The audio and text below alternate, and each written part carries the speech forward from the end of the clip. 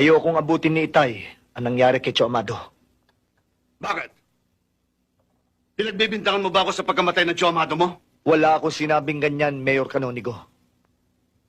Kung ang isang matandang kasong katulad ng kay Pero ngayon kung Pulis Maynila ka, alam mo bang wala ka sa jurisdiction mo?